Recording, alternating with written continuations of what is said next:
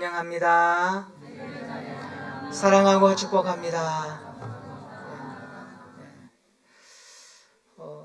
옛날에는 그 아낙네들이 시골에 이렇게 냇가에 빨래하던 빨래터가 많이 있었는데 요즘은 추억의 공간으로 생각에만 있습니다.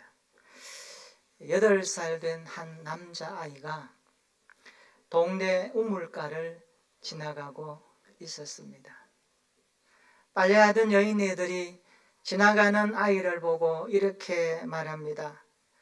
왜 쟤는 눈이 저렇게 튀어나온 거야? 얼굴은 왜 해골처럼 생겼대? 이런 수근거리는 이야기가 이 아이의 귀에 들어온 겁니다. 그 말이 가슴에 그냥 새겨지고 말았습니다. 이 아이는 주눅 들고 말았습니다. 기가 꺾여버렸습니다. 내가 정말 그런가? 학교에 가서 아이들과의 관계도 자신이 없었습니다. 대학에 들어갔습니다. 이성 친구를 만날 용기도 생기지 않았습니다. 사귈 수가 없었습니다. 여자아이가 옆에 오면 말도 걸 수 없었습니다. 그래서 부모님이 얘야 미국으로 유학 가라. 내가 되어주마. 그래서 미국으로 유학 가게 됩니다. 사람은 기가 살아야 관계도 좋고 대화가 되고 삶에 의욕이 생기는데 대인관계도 창의력도 나오지 않습니다. 늘 기가 죽어 있었습니다. 결혼도 못했습니다. 그러다가 37살 되던 어느 날 공부하는 가운데 자기 옆자리에 미국 여학생이 나란히 앉아서 수업을 듣습니다. 그 여학생은 환한 미소를 지으며 이 청년에게 말을 건넵니다. 당신은 내가 본 동양 사람 가운데 가장 핸섬하게 생겼어요. 특별히 두 눈이 빼어나서 아름다워요.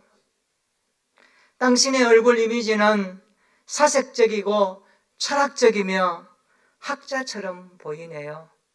함께 공부하게 되어서 참 기쁩니다. 하면서 이렇게 따뜻하게 자기에게 그 말 한마디를 건네주었습니다. 이 청년은 그 한마디를 듣고 용기가 생겼습니다.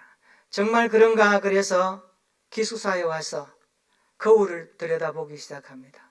거울을 보니까 얼굴이 못생기지는 않았어요. 깔끔하게 생겼어요. 멋지게 보이더랍니다.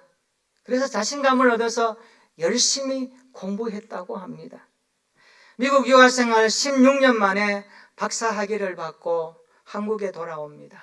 돌아와서 41살이 되었을 때 결혼을 하게 됩니다. 아들 둘과 딸 하나를 낳았습니다. 이분이 얼마나 강의를 잘하는지 대학에서 평판이 베스트입니다. 수업을 개설하면 강좌에 얼마나 많은 학생들이 몰려드는지 글도 잘 쓰기로 유명한 교수가 되었습니다. 이분이 바로 유명한 지금도 살아계십니다마는 100세를 넘어 살아계시는 김형석 교수입니다. 그는 이렇게 말합니다. 나는 우물가에서 그 여인들이 나에게 했던 그 한마디를 듣지 않았더라면 37년 동안 마음에 고생스럽게 엉어리를 가지고 있지 않았을 것이다. 그 여인들은 나에게 비수와 같은 나의 외모를 가지고 한마디 던진 것이 상처가 되어서 나는 37년 동안 내 인생을 고통스럽게 살아왔다라고 그는 고백합니다. 사랑하는 성도 여러분, 말에는 힘이 있습니다.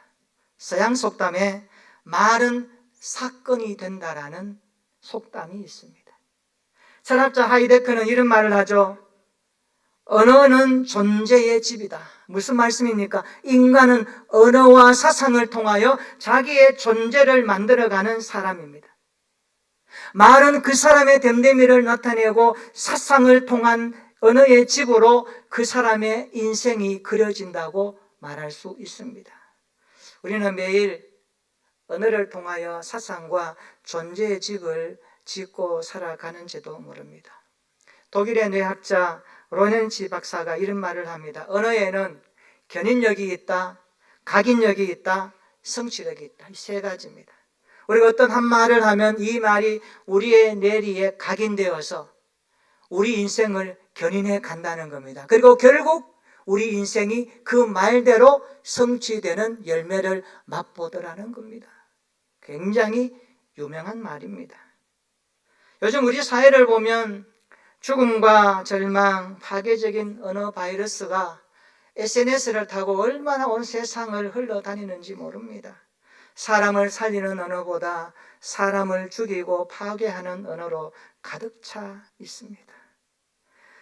그래서 온갖 익명성의 뒤에 숨어서 증오와 미움과 거짓 루머를 퍼뜨려서 사람을 파괴하고 심지어는 죽음에 이르게까지 하는 못된 언어들이 우리 사회를 뒤덮고 있다는 것에 아마 저와 여러분들은 공감하실 것입니다. 여러분, 이런 말들은 인생을 파괴합니다. 반대로 인생을 세우는 말도 있습니다. 그래서 언어에는 두 가지 종류가 있습니다. 생명 언어가 있고 죽은 언어가 있습니다. 생명 언어가 무엇일까요? 생명 언어는 살리는 언어를 생명 언어라고 합니다. 자신을 살리고 가정을 살리고 교회를 살리는 언어가 생명 언어입니다. 생명 언어는 직장을 살리고 관계를 살리고 공동체를 살리는 언어입니다. 인간은 살리는 언어를 좋아합니다. 오늘 우리가 생명의 언어가 있다는 것을 기억한다면 이 생명 언어의 뿌리는 어디서 왔는가에 대해서 좀 고민해야 될 필요가 있습니다. 생명 언어는 그 뿌리가 예수 그리스도께로 출발합니다. 예수님으로부터 생명 언어가 나온다는 말씀입니다. 예수님은 이 땅에 생명을 주시려고 구원자로 오셨습니다. 그래서 예수님은 요한복음 10장 10절에 자신을 가리켜서 이렇게 말씀했습니다. 도둑이 오는 것은 도둑질하고 죽이고 멸망시키는 것뿐이지만 내가 온 것은 양으로 생명을 얻게 하고 더 풍성히 얻게 하려 함이라. 할렐루야. 이 말씀에서 보면 예수님 오신 목적 두 가지입니다. 첫째는 생명을 얻게 하고 둘째는 더 풍성히 얻게 하려고 오셨습니다.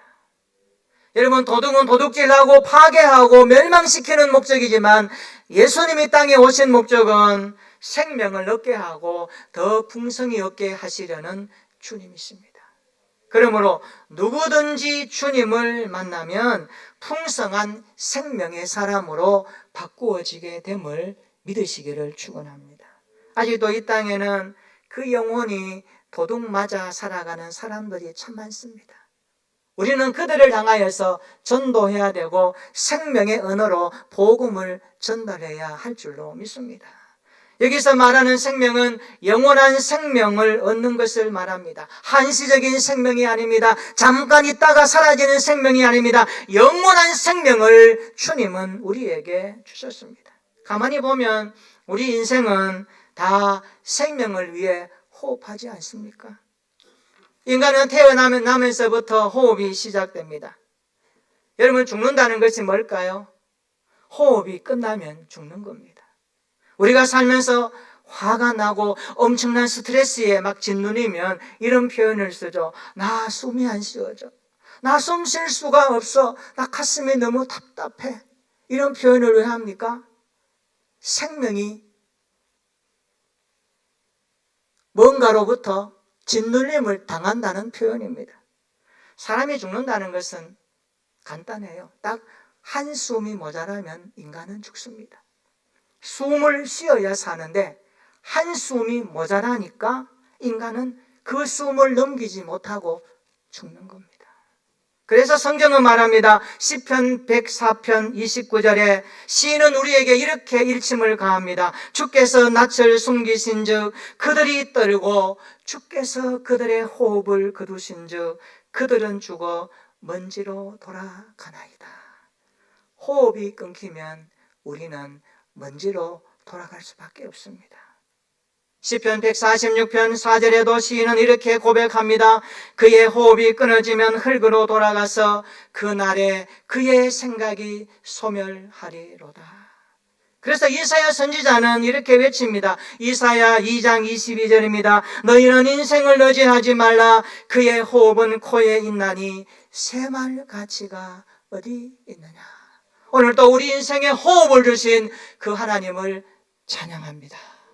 오늘도 우리 인생의 호흡을 연장시켜 주신 주님을 찬양합니다.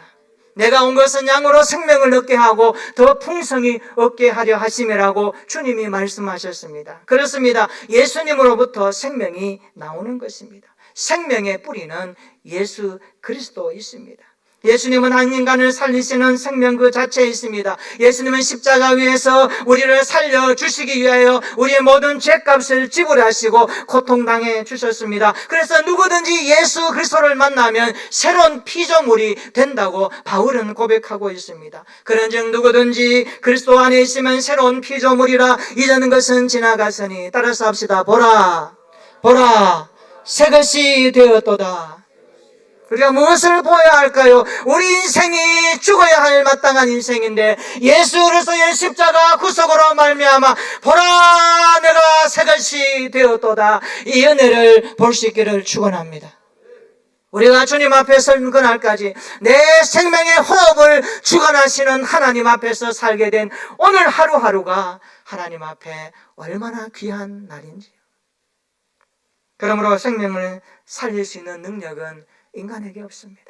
오직 예수 그리스도밖에 없습니다. 그래서 한 인간의 생애에 예수 그분이 들어오시면 그분 우리 인생에 들어오셔서 좌정하시고 우리 인생의 자리를 깔고 살아가시면 우리가 그분과 함께 한 몸이 되어 하나님의 백성으로 살아가면 우리 인생에 놀라운 일들이 일어난다는 것을 성경은 가르쳐주고 있습니다. 그 놀라운 일이 무엇일까요? 그 가운데 한 구절을 저는 오늘 여러분에게 소개하려고 합니다. 오늘 본문 잠언 10장 11절입니다. 우리 같이 한번 읽어볼까요? 잠언 10장 11절 다 같이 시작. 의인의 입은 생명의 샘이라도 악인의 입은 독을 머금은 느리라. 아멘. 여러분의 마음이 어디에 갑니까? 이 구절 가운데 앞부분에 가십니까? 뒷부분에 가십니까? 나의 삶은 앞부분의 삶을 살고 있습니까? 아니면 뒷부분의 삶을 살고 있습니까? 의인의 입은 생명의 샘이라고 말씀합니다. 이것은 놀라운 일입니다. 하나님 자체가 생명의 샘입니다. 다윗은 시편 36편 9절에 이렇게 고백합니다. 진실로 생명의 원천이 주께 있사오니 주의 빛 안에서 우리가 빛을 보리이다. 생명의 원천이 주께 있다는 말씀입니다. 요한복음 4장 14절에 와서 예수님은 자신을 소개할 때 이렇게 말씀합니다. 물 들어온 한 여인에게 갈증 느끼는 그 여인에게 말씀합니다. 너는 그 물을 먹으면 목마르려니만 나를 만나면 내가 주는 물을 마시면 영생하도록 솟아나는 샘물이 나에게서 흘러가리라. 할렐루야. 우리가 예수님을 믿음으로 말미암아 생명의 언어를 가지게 되었다는 말씀입니다. 이것은 놀라운 사실입니다. 그래서 의인의 입은 생명의 샘이라고 말씀합니다. 여러분, 샘에서 물이 나오지 않습니까? 물이 없는 샘을 사람들이 찾습니까? 그들도 보지도 않습니다.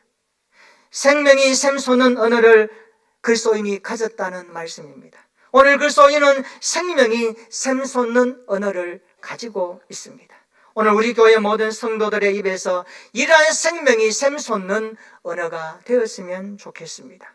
샘에서 물이 퐁퐁 솟아나듯이 생명을 살리는 언어가 우리의 언어가 되시기를 주의 이름으로 축원합니다. 따라서 합시다. 생명 언어로 살자. 생명 언어로 살자. 사람을 살리는 생명 언어가 우리 안에 있기를 진심으로 축원합니다. 오늘 본문을 다시 한번 보시기 바랍니다. 의인의 입은 생명의 샘이라도 악인의 입은 독을 머금었느니라. 의인의 입술이 우리 안에 있기를 축원합니다. 독을 머금고 있는 악인의 입술이 아니라 사람을 살리는 생명의 언어가 가슴으로부터 나올 수 있기를 진심으로 축원합니다. 그러면 오늘 우리가 생명 언어로 살기 위해서 어떻게 해야 될까요? 한 두 가지로만 오늘 우리에게 말씀 듣고자 합니다. 첫째로 생명의 언어로 살기 위해서는 우리를 의인으로 구원해 주신 그 은혜를 날마다 감사하면서 살아야 합니다. 우리를 의인으로 구원받은 하나님의 은혜에 날마다 감사해야 합니다. 여러분, 감사라는 말은 유카리스테오라고 합니다. 이 말은 카리스라고 하는 은혜라는 단어에서 기인한 말입니다. 그러니까 감사는 은혜만 받으면 저절로 나오는 결과물이라는 뜻입니다. 우리가 은혜를 못 받으니까 감사 못하고 불평하고 불만 원망하죠. 은혜가 떨어지면 우리 속에 어둠과 불평의 세력이 자리 잡아 입만 열면 원망하고 불평하는 것이 다반사입니다. 그러나 은혜가 임하면, 은혜를 받으면 감사의 말이 터져 나오는 것입니다. 환경은 똑같은데, 사람은 똑같은데, 일은 앞에 있는데 그래도 불평하지 않더라는 겁니다. 왜요? 은혜가 임하니까 감사가 나오는 겁니다. 은혜가 임하니까 바울처럼 빌립보 성도들에게 말하듯이 기쁨의 서신을 쓸 수 있고 기쁨의 말을 할 수 있고 기뻐할 수 있는 삶이 되더라는 겁니다. 은혜를 받았기 때문에 우리를 의인으로 구원받게 하신 하나님의 그 은혜를 날마다 감사하는 은혜가 되시기를 진심으로 축원합니다. 우리를 죄의 종에서 의의 종으로 바꾸어 주신 그 은혜를 날마다 감사할 수 있기를 축원합니다. 죄인의 신분에서 의인의 신분으로 바꾸어 주신 그 놀라운 은혜를 날마다 감사할 수 있기를 축원합니다. 마귀의 자녀에서 하나님의 자녀로 바꾸어 주신 그 은혜를 날마다 감사할 수 있기를 축원합니다. 지옥 갈 인생을 천국 갈 인생으로 구원해 주신 하나님의 대속의 은혜를 날마다 감사할 수 있기를 축원합니다. 그래서 성경은 말합니다. 범사에 감사하라. 모든 상황에, 모든 시간에, 모든 여건 가운데 여러분의 입술에 감사가 나오기를 진심으로 축원합니다. 세상 사람들은 성경적으로 보면 예수 없기 때문에 악인이라고 말합니다. 악인의 입에 나오는 거 너무 기대하지 마세요. 듣고 지나치세요. 그러나 의인이 된 우리의 입술에서 나오는 게 중요합니다.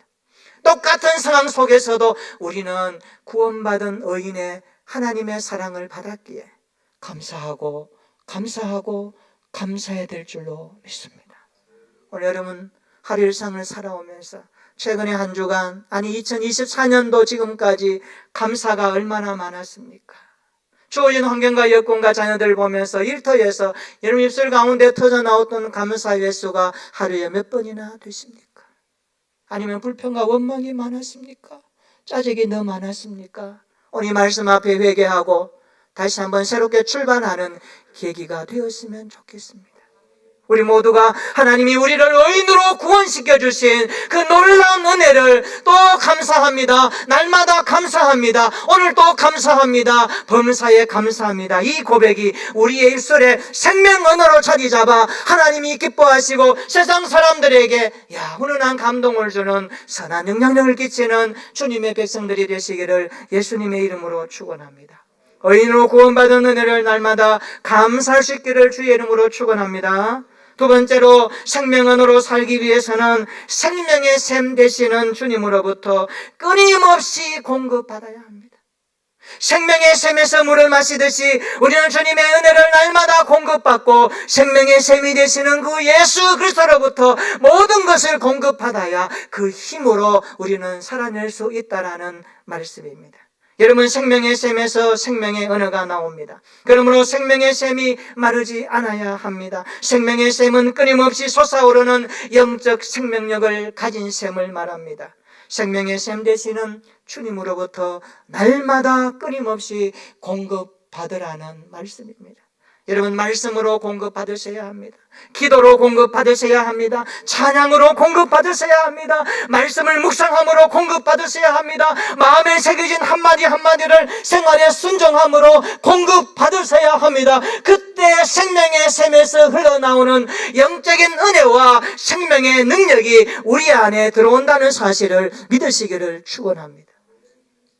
우리가 생명의 샘에서 끊임없이 공급받을 때 어떤 일이 일어날까요?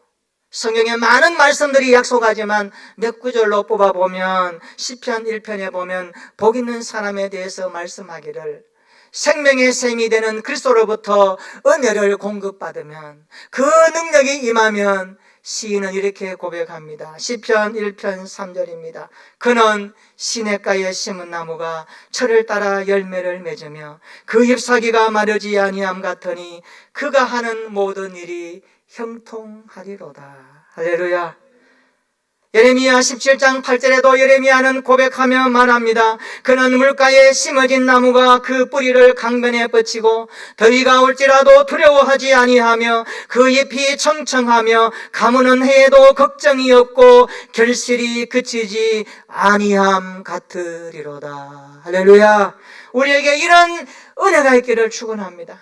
주님으로부터 그 생명의 샘에서부터 흘러나오는 것을 날마다 공급받음으로 말미암아 우리의 삶이 시냇가에 심은 나무가 되어져서 주님으로부터 영적인 것을 공급받음으로 말미암아 우리의 삶에 날마다 사시사철 푸르고 은혜로운 삶에 역동하는 생애가 우리의 삶 가운데 펼쳐지게 되기를 예수님의 이름으로 축원합니다. 그렇습니다. 주님으로부터 영적 생명력이 날마다 공급될 때에 우리는 그 힘으로 살아갈 수 있습니다. 가정에서도 일터에서도 직장에서도 학교에서도 주님의 놀라우신 영적 생명력이 풍성하게 공급받기를 주의 이름으로 축원합니다. 주님이 주시는 영적 생명력으로 사람을 축복하시기를 바랍니다. 사람을 격려하시기를 바랍니다. 주님이 주시는 그 공급하시는 힘으로 말미암아 사람을 칭찬하시기를 바랍니다. 사람에게 소망을 주는 생명의 언어를 사용하시기를 진심으로 축원합니다. 시인 이혜인 씨가 말을 위한 기도라는 시에 보면 이런 내용이 있어서 소개합니다. 내가 이 세상에 태어나 수없이 뿌려놓은 말의 씨들이 어디서 어떻게 열매를 맺을까 조용히 헤아려 볼 때가 있습니다. 무심코 뿌린 말의 씨라도 그 어디선가 뿌리를 내렸을지 모른다고 생각하면 왠지 두렵습니다. 더러는 허공으로 사라지고 더러는 다른 이의 가슴 속으로 좋은 열매를 또는 언짢은 열매를 맺기도 했을 언어의 나무, 이런 시를 우리에게 소개합니다. 우리가 시인은 아니어도 좋아요. 그러나 적어도 내가 내뱉은 말 한마디가 사람들에게 어떤 결과물을 가져왔을까? 김영석 교수는 백세를 살아보니 책도 냈더라고요. 그분이 돌아볼 때에 37년 동안 고통 가운데 우물가의 여인들이 한마디 던진 말 때문에 굉장히 괴로워했습니다. 한마디의 말이 중요합니다.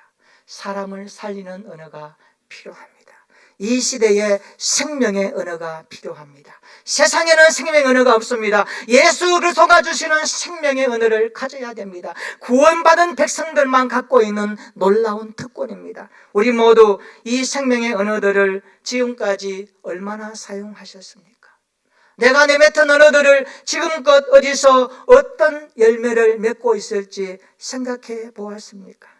생명이 역동하는 새 몸과 함께 우리의 언어도 역동하는 생명의 언어로 바꾸어지기를 진심으로 축원합니다.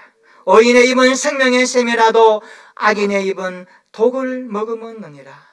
이번 한 주간도 생명의 언어로 사람을 살리고 사람을 축복하며 하나님의 나라를 세워가는 일에 아름답게 쓰임받는 우리 모두의 삶이 되시기를 주님의 이름으로 축원합니다. 아멘. 우리 다 같이 한번 기도하겠습니다. 의인의 입은 생명의 샘이라도 악인의 입은 독을 머금었다고 말합니다. 그리스도인은 생명이 샘솟는 언어를 가졌습니다. 생명의 샘에서 생명의 언어가 나옵니다. 이렇게 기도합시다. 의인으로 구원받은 은혜를 날마다 감사하겠습니다. 의의 종으로 의인의 신분으로 바꿔주신 은혜를 날마다 감사하겠습니다. 하나님의 자녀로 바꿔주신 은혜를 날마다 감사하게 하옵소서. 지옥에서 천국으로 구원해 주신 은혜를 날마다 감사하게 하옵소서. 생명의 샘 되시는 주님으로부터 끊임없이 공급받게 하여 주옵소서. 영적 생명력을 날마다 공급받게 하옵소서. 말씀으로 기도로 묵상으로 순종함으로 공급받겠습니다. 가정에도 일터에도 학교에도 주님의 공급하심이 풍성하기를 원합니다. 주님이 주시는 생명력으로 사람을 축복하겠습니다. 칭찬하며 소망을 주는 언어로 사용하겠습니다. 샘에서 물이 퐁퐁 솟아나듯이 생명을 살리는 언어로 살아가게 하시고, 그리하여 사시사